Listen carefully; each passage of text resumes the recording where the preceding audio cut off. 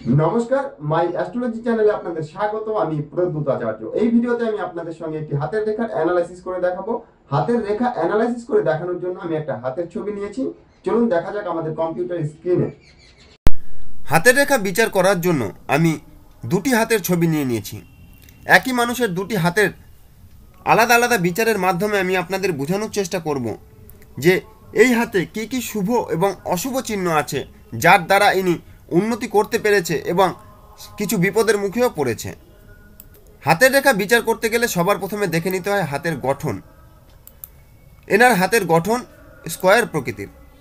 যাদের হাতের গঠন স্কোয়ার প্রকৃতির হয় তাদের মধ্যে কিন্তু ব্যবসায়ী মানসিকতা অত্যন্ত বেশি থাকে। তারা সমস্ত কিছুর মধ্যেই ব্যবসা খুঁজতে চায় বা ব্যবসায়ী করতে চায়। এবং ব্যবসায়ী মনোবৃত্তি হওয়ার আরেকটা কারণ হলো রবির ক্ষেত্র ও বুধের ক্ষেত্র। যাদের রবির ক্ষেত্র ও বুধের ক্ষেত্র ভালো হয়, এই হলো রবির ক্ষেত্র আর এই হলো বুধের ক্ষেত্র।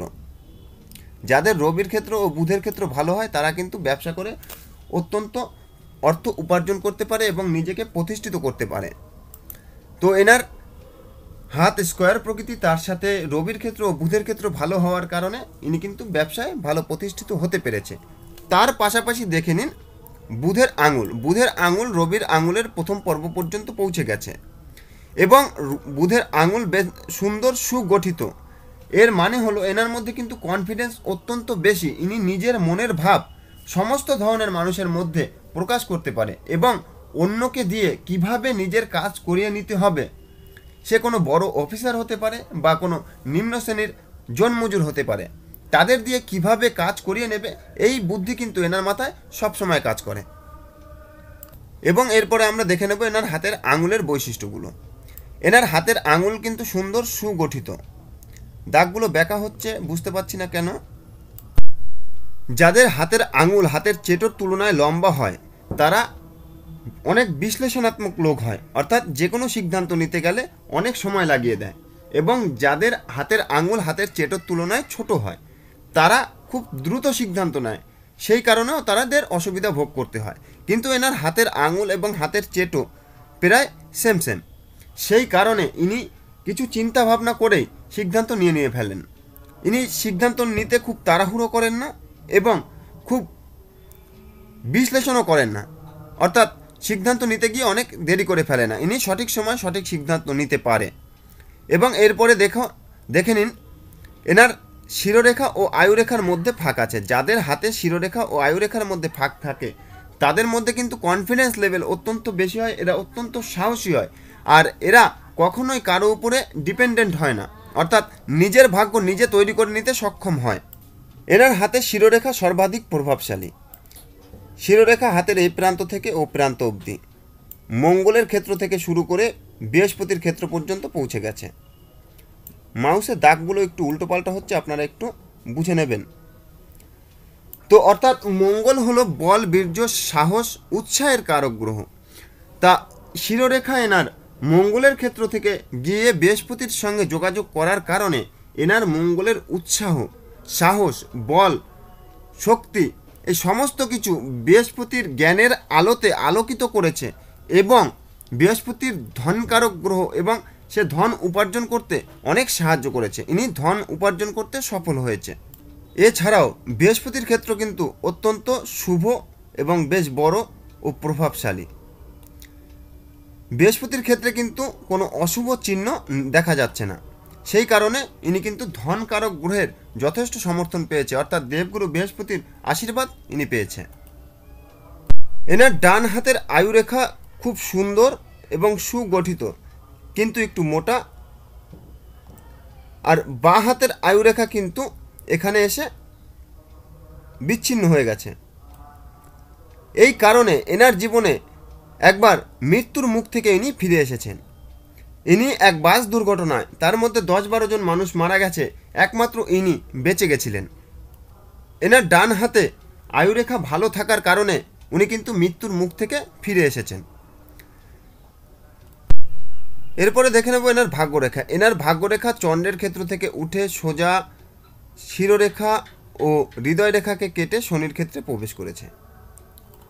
অর্থাৎ চন্দ্রের ক্ষেত্র থেকে ভাগ্যরেখা উঠলে তারা কিন্তু অন্যের দ্বারা চন্দ্র জনগণের কারক গ্রহ, অর্থাৎ অন্যের দ্বারা যথেষ্ট সহযোগিতা পায় এবং এনার নিজের মধ্যেও সেই ক্ষমতা আছে যে অন্যকে দিয়ে নিজের কাজ করিয়ে নেওয়ার মতো। তাই ইনি অন্যের দ্বারা যথেষ্ট সহযোগিতা পেয়েছে। এবং রবির ক্ষেত্র ভালো থাকায়, সুগঠিত থাকায়, রবি হলো মান সম্মানের কারক গ্রহ এবং প্রতিষ্ঠার কারক গ্রহ, ইনি প্রতিষ্ঠিত হতে সক্ষম হয়েছে। রবি হলো লিডারের কারক গ্রহ এবং বৃহস্পতি লিডারশিপের কারক গ্রহ। অর্থাৎ রবি যদি নেতা হয়, বৃহস্পতি নেতৃত্ব দেওয়ার ক্ষমতা।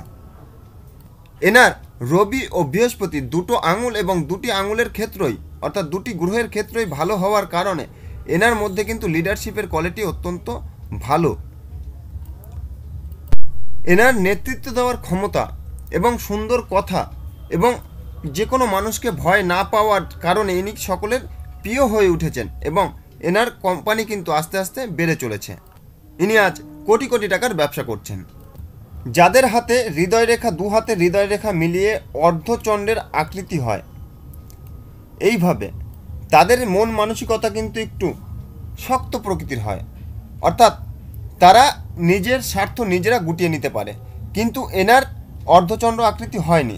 যাদের হৃদয় রেখা সরল প্রকৃতির হয়, সরল রেখা প্রকৃতির, তাদের কিন্তু মনও সরল প্রকৃতির হয় এবং শিরোরেখা ও হৃদয় রেখার মাঝখানের জায়গা যদি বেশ বড় হয় এবং সমান্তরাল হয়, তাদের মন কিন্তু অত্যন্ত ভালো থাকে।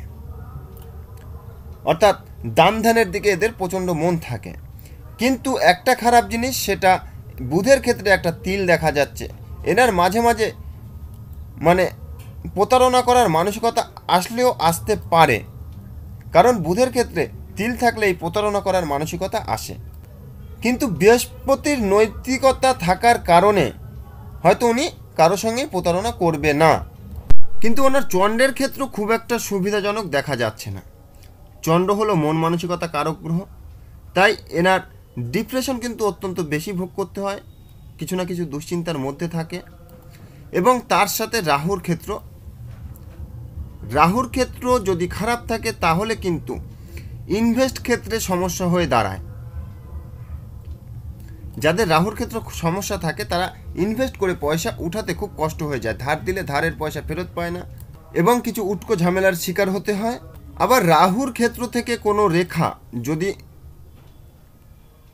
হৃদয় রেখা ও শিরোরেখা কেটে হৃদয় রেখাকে স্পর্শ করে বা তার থেকে বেরিয়ে যায়, তাহলে কিন্তু রাহুর ক্ষেত্র থেকে যে কোনো রেখা বেরোনোই খুব খারাপ। এ কিন্তু যে কোনো মামলা মোকদ্দমার সৃষ্টি করে, অর্থাৎ কোনো আইনি ঝামেলারও সৃষ্টি করে।